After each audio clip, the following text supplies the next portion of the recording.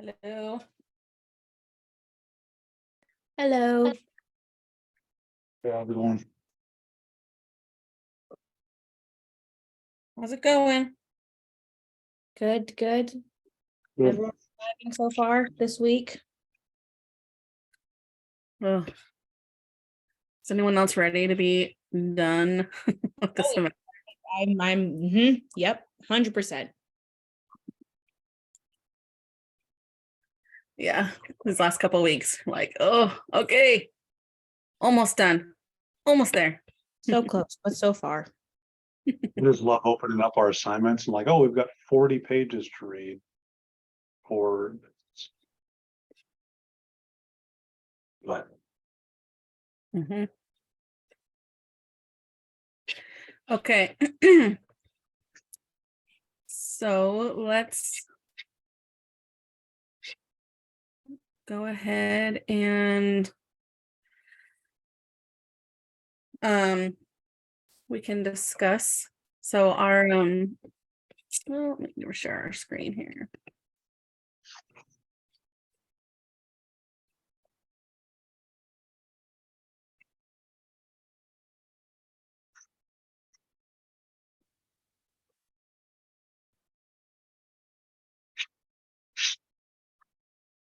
Okay. So we are going to discuss the case study for the week. And let's just see if we have an understanding of what at will, employment at will means. From the can you way guys hear me all right? what was that? I was just asking if you guys could hear me at all. Yeah, I can hear you. Okay, I got a different speaker here. I can explain it if you'd like. Okay. I think essentially it's that you can be hired or fired at any time by the company, and the employee can quit at any time. So the United States is predominantly an at-will employment. Or an employment at will country. There are other countries in like Europe, I think, that don't have that type of relationship, that there has to be, essentially like you have to have a valid reason to fire somebody versus, oh, well, we don't need your job anymore, we can just fire you, which is the way it is in the US, predominantly, obviously following can't discriminate and whatnot. But that's it in a nutshell. It's my understanding. Yeah, it actually kind of surprised me to hear that, because I feel like I guess just with some of the stuff that we're learning about, I feel like there's a lot of stuff we have to do before we terminate somebody. But I guess lawfully, federally, I guess, United States laws, there's not a whole lot. But I guess it depends on the local leadership. To my understanding, it was, at least how I've put it, is yes, you have that ability to fire or hire or quit or whenever you want to. But then when it comes to like what you're talking about, Natalie, like having reasons, that is mostly about for like unemployment and different things of possibly being sued or for something later on of a protection of the company. But they don't technically need that, because I did actually ask my boss about it, because we had a whole bunch of people that just walked out of work today. So I did ask her a little bit about that. They just like are done or what? They handed me their back. Well, so it was a group of 3 friends who literally started on March 6th, like didn't even finish training. And they said, you know what, we're effing done. Pretty much threw their badges at our desk and then just left. I was like, great, see y'all never. Wow. Right. Yeah, fun times. Not a good match, I suppose. No, apparently not.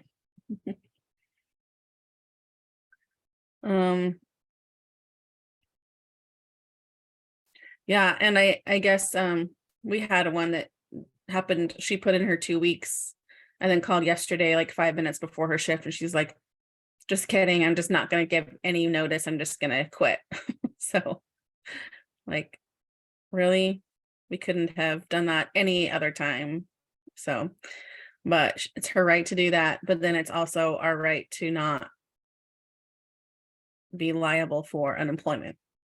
As that's what I understand. Yeah, yep. That's my understanding as well. Okay, so when we the breach of implied contract. So if I think that's kind of what we're talking about here. So the employer could imply that the employee would have continued employment by making statements about how well the employee is doing.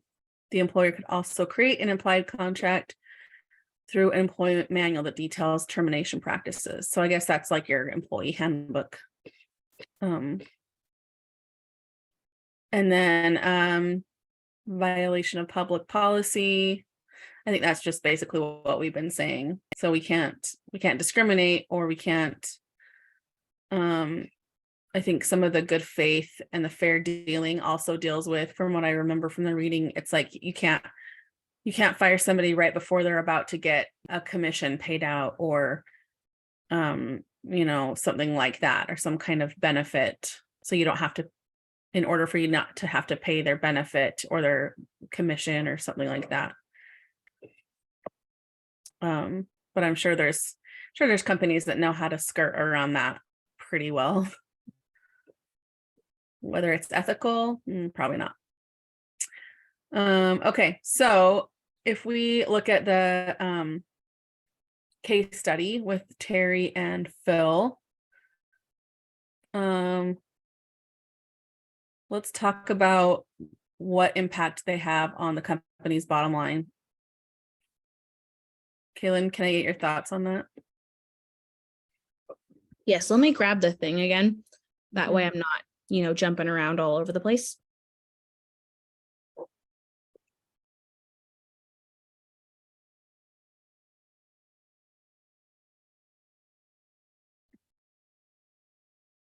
Okay, so you should like my general thoughts, or Like what impact do they have on the company's bottom line? bottom line, there's a lot of different things that they have impact on. I mean, I was looking at it right now. It was mentioning that there's a lot of non-conventional things that have been going on. I am reading the right one, right? Am I the tough sells? This is the one. It's 2 tough calls.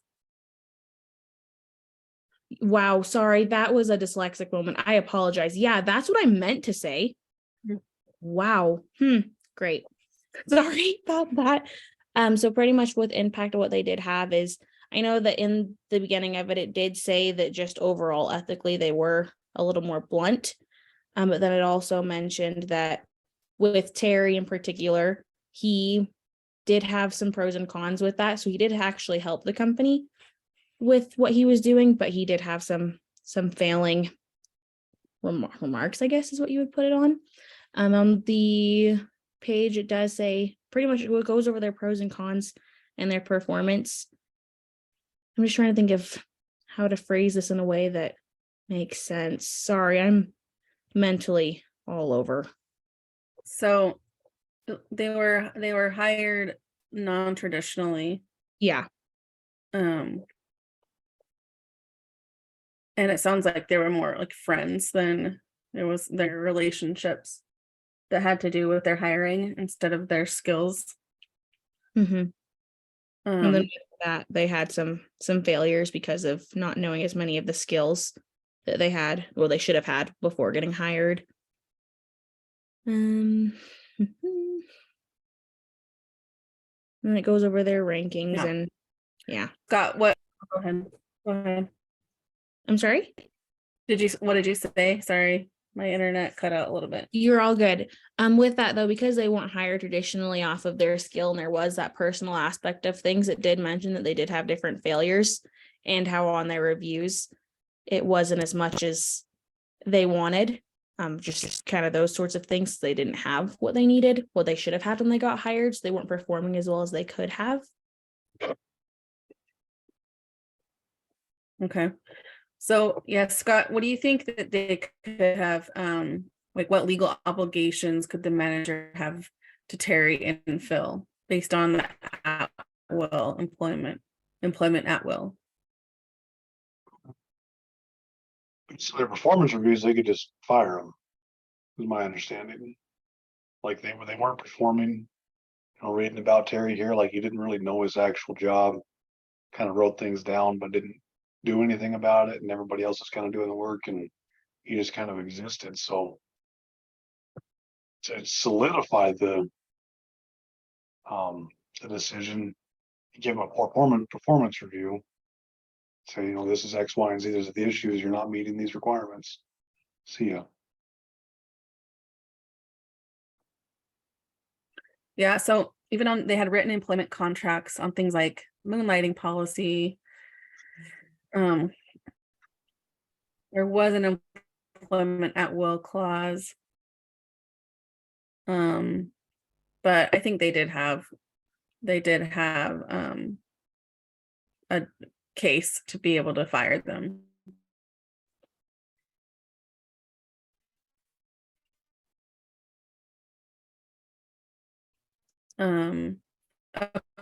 Okay. So what ethical, I mean, we like there could be some things brought up like the age discrimination.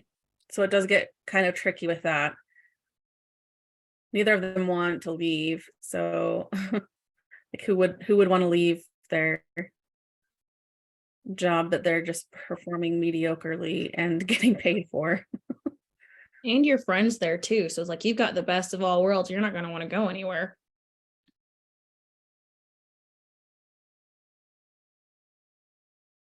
Yeah. What was your question again? I'm sorry. So what's the ethical boundaries there? Because at the end it talks about he did file for Phil, when we're talking about Phil, he did file for disability, and he did or he was getting paid, but he didn't look like he had a disability. They're like he was gardening, and he's saying that you can't fire somebody for being sick a lot. So where does that stand, like ethically and possibly legally? I mean, it says that he was diagnosed with a severe liver problem, which I would venture to say isn't a disability per se. Mhm. And if you can't perform the functions of the job,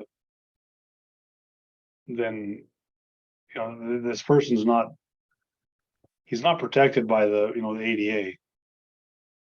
It's not like he's in a wheelchair or missing an arm or something like that where it would, we'd have to make reasonable accommodations. This isn't a reasonable accommodation situation. So from that perspective, I don't think that there is an ethical issue. I was looking at just the bottom of it, just thinking ethically, like there's not anything. I mean, it's going to hurt some feelings, but sorry, that's just something that has to happen. But in the actual thing itself, at the very, very last page, it mentioned that he lost 25 pounds and that, he just didn't look the best. But then when treatment did kick in, he did come back to work. So I feel like with that, I understand why they kind of went on to disability, but you still, if it's an at-will state, you need to be able to work and, be available to do your job, or you're gonna have to hire somebody else. It's 7 months of no one doing your job. That's kind of important. Mm-hmm.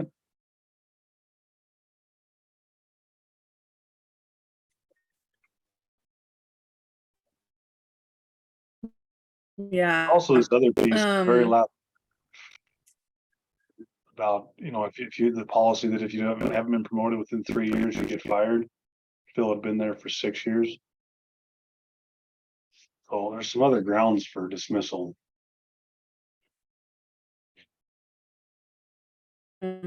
Mhm. Okay, yeah. Um, I mean, without the legal and like technically they do have grounds for dismissal, but let's talk about the ethical ramifications of like possibly firing somebody when they're going through a tough time like that, through like liver treatments or other illnesses. So Kaylin, you had spoke to that just a little bit, saying like kind of like tough it out. You got to be able to perform at your job.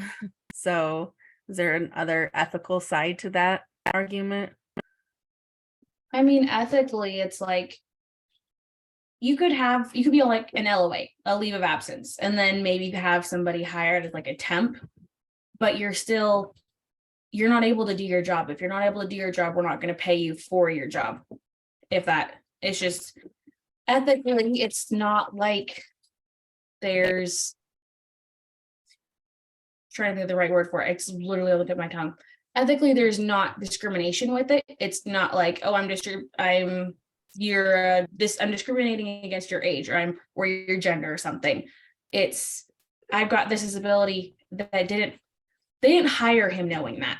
So because they didn't hire him knowing that, I feel like there's no ethical obligation. So would the same thing apply to a woman having a baby? Say that one more time. Would the same thing, do you think, apply to a woman having a baby? So if it was like a woman that they knew that she was going to have a baby? No, because that would be discrimination, but then it's like with having a baby, you do go on a leave of absence. You've got that paperwork and that formal leave, I guess is a word that we're going to use for it. It's something that whether it's known about or not, it is going to be gender discrimination instead of, I guess, disease. Is that there are certain, because I know it's not gender, is there like a disease or technically it's not disability with a liver issue? Either way, if a little girl's pregnant, then it's something that can be prepared for. There's 9 months where you can prepare to figure something out. Not like with this liver disease where he just kind of up and left.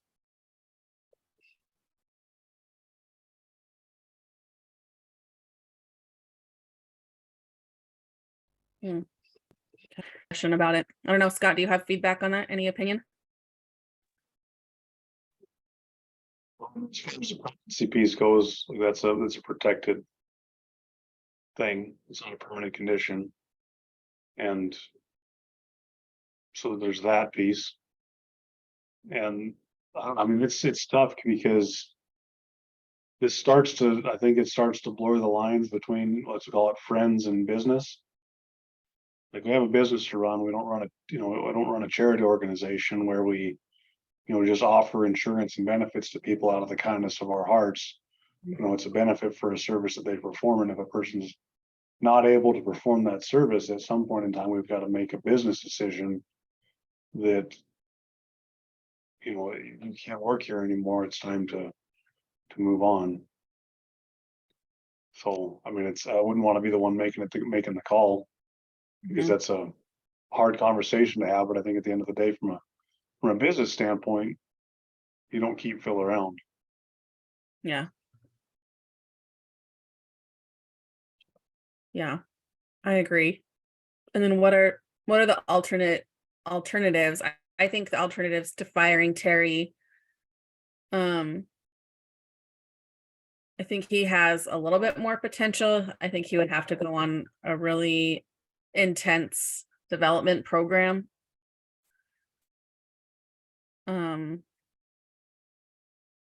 Yeah, it would have to be a pretty intensive program with really firm boundaries and very specific steps.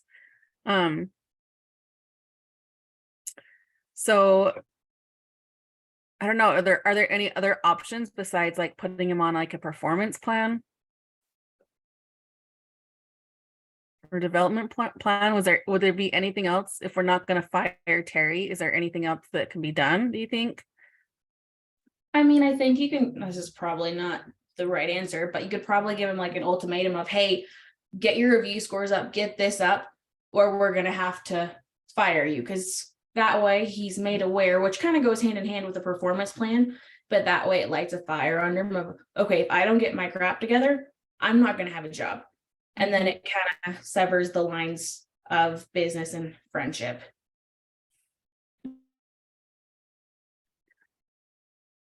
I mean, I think also maybe like a demotion type thing, offering a different. Sorry, I keep getting a message that says my internet is unstable, so sorry. Well, like demotion, just like if this one is not working, you can lower the expectations, I guess, the job level and the pay, and see if that improves his performance.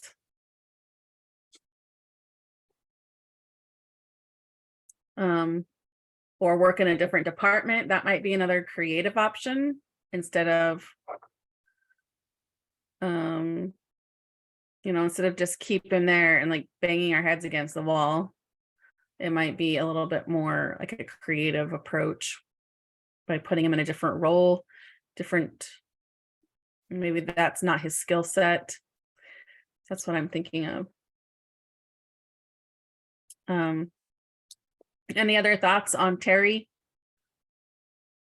There's another, it may be a case of where this just isn't the right job fit. Maybe there is another place within the company. I know it's a small company, but there might be another place where he would fit better. And because he would fit better, maybe he'd perform better.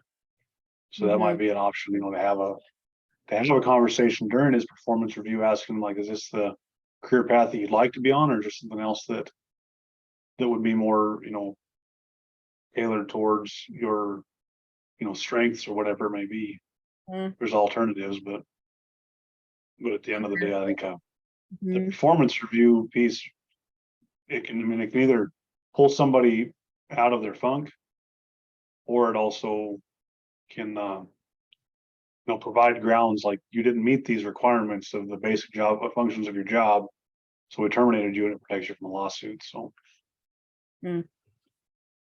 yeah.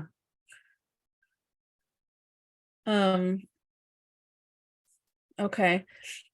So we have a second part of the case. So we can take time to read part B. It says there's a password, but I was able to get into it. I got without it. it. Were you guys able? Okay. I'm just gonna. I'll pull it up here, or if you are you able to, Scott, are you able to pull that part B up, part 2 or part B or whatever it is? I mean, I just want to make sure, because otherwise I'll share my screen, but if you can just pull it up, then we can just read on our own. No, I've got it. I got it printed out right here. Printed it out. Okay. So we're supposed to just take time to do that. So we can go ahead and read that, and then we will convene back in about, I don't know, 5 to 10 minutes after we read it. Okay. So we can just mute.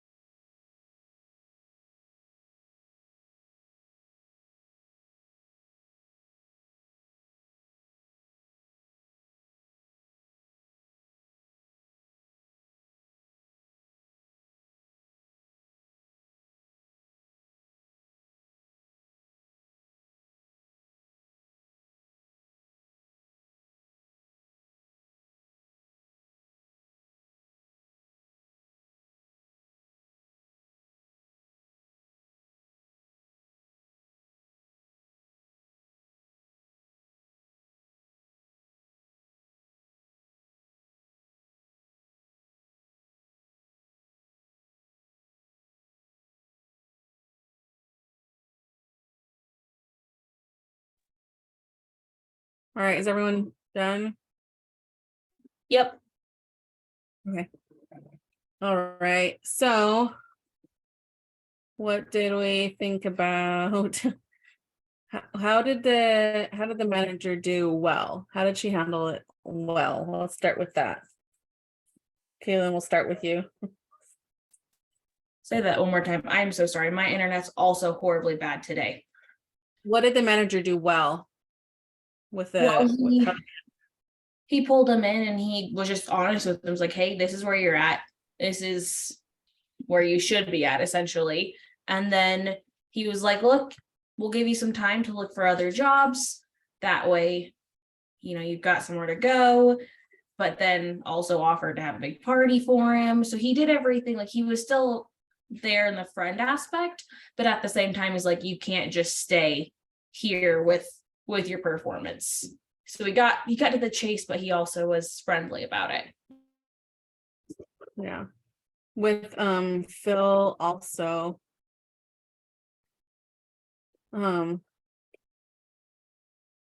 Yeah, so that was with Terry. So with Phil, it was more of the where'd it go? It was pretty short and sweet with that. It was like pretty much nothing.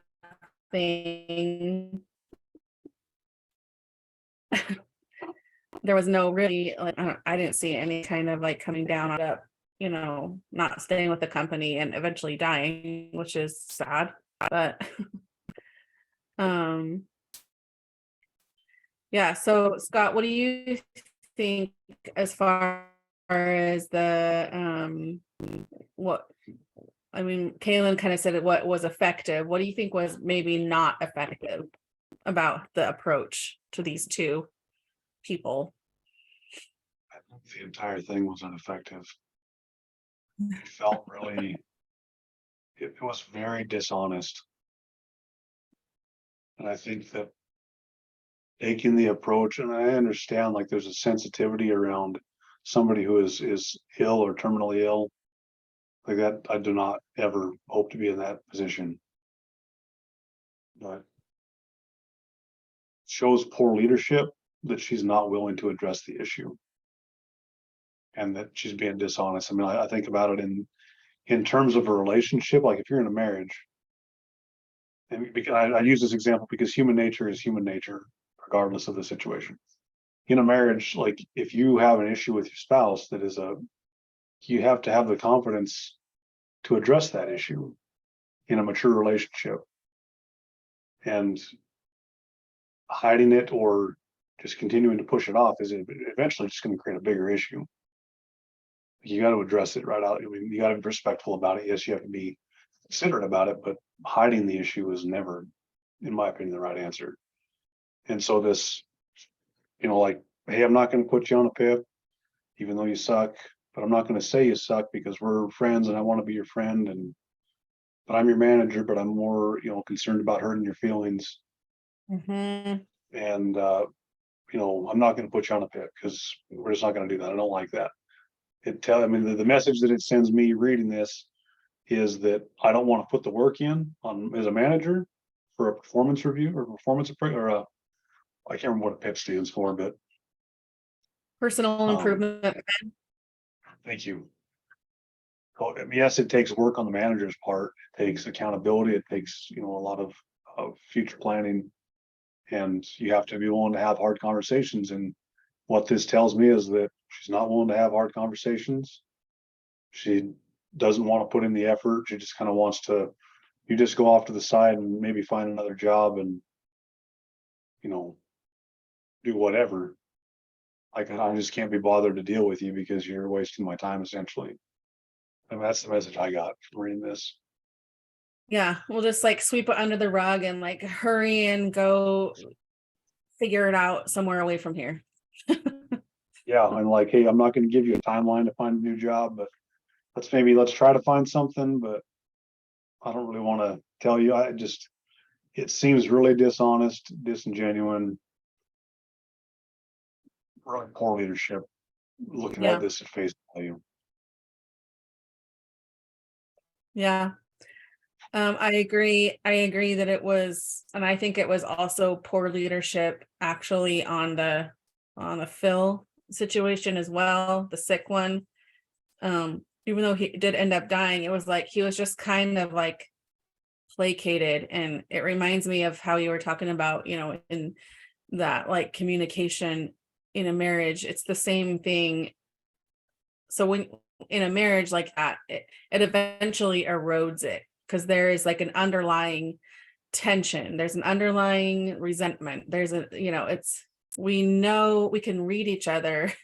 We don't know exactly what's wrong, but we can read that there's something's not right. It's not a full connection. And I think it's the same kind of a situation at work, like especially with this Phil guy that was just kind of thrown, and then they made up a position for him, but no one really wanted him. Like, you have to be able to fill that. You have to be able to sense that we as human beings can read the room somewhat, and it doesn't push us to grow. It doesn't push any kind of development as the leader or as the employee. And so without kind of that catalyst for change, then it just erodes the whole entire structure of the company. Like, where's the integrity for the whole entire structure then? That's what I think. I think it's a much bigger problem than just these two people. Well, I think it sends a shows message. how they're going to lead the whole entire company, how this person. Yeah. Yeah, we had to have, oh no, go ahead. I was saying, it sends a poor message too, that like, oh, I don't have to do my job and they'll keep me around as a charity case. It does Right, not just inspire confidence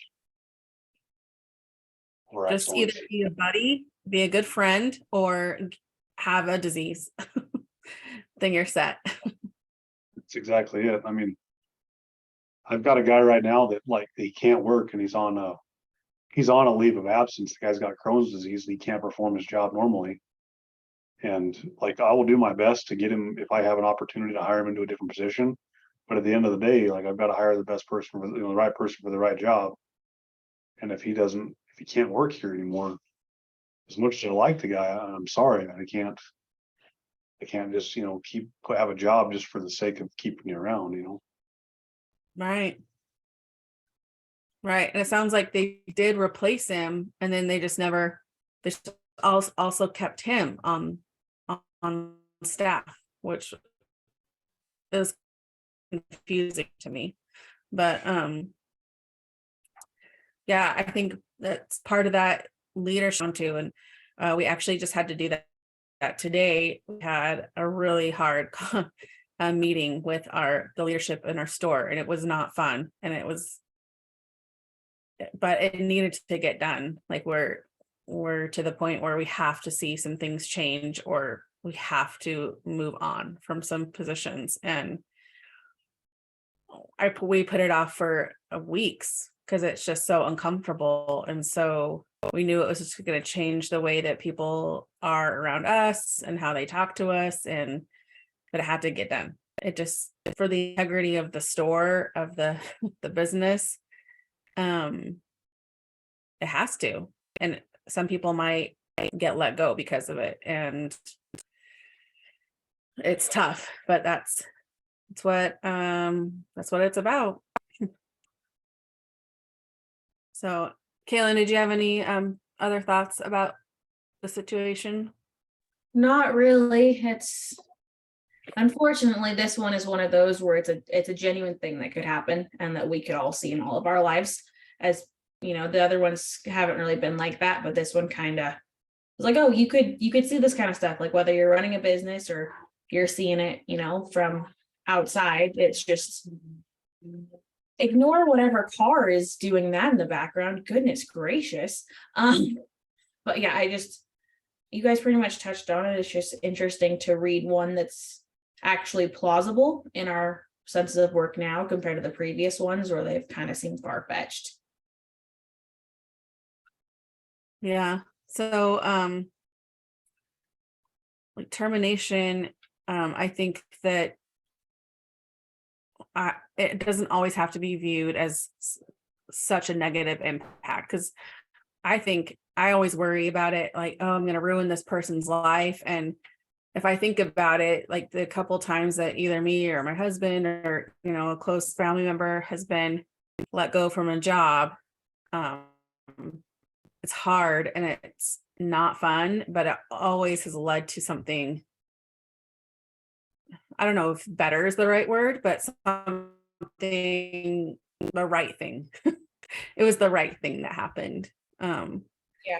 And so I think that it's not always the worst thing in the world to terminate. Sometimes it's just not a good match. It's not a good company match. It's not a good personality fit. It's not giving you what you need. It's not giving them what they need. And it's not the worst thing always to terminate somebody. Sometimes it's the best thing. You never know. I just keep the old cliche of when one door closes, another one opens. Because that's how I personally view termination. Like if I'm gonna get fired or somebody's getting fired, like I'm not gonna think of it. Yes, it's gonna be hard for a little bit, but then they could find something that's gonna work better. Or they could find something that's could benefit them more. Mm-hmm. Yeah, I remember my husband had a job that was super intense and it was miserable, like absolutely miserable. But it was the idea of not having a job was more terrifying. So I was just like, just hang on, just keep hanging on one more day, just like just tough it out. And it was just affecting everything, like in every health status was not good. And when they finally, it was just obvious that it wasn't a good match. And so when they finally were like, we're going to give you the opportunity to resign with severance or, figure out some kind of a plan. He's like, resign, we'll do that. And then we figured it out. And it was such a relief and the best thing for all of us. It was such a relief, but we couldn't just pull the trigger on it. It was too scary to just quit. So anyways, that's my 2 cents. When it seems like that's the only option, it isn't necessarily the worst option. So, all right. Any other last thoughts, ideas, insights?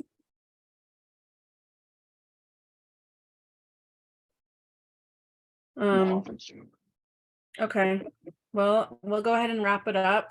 And I know it's not a full hour, but we only have 3 people in this discussion, so hopefully that will be a reason to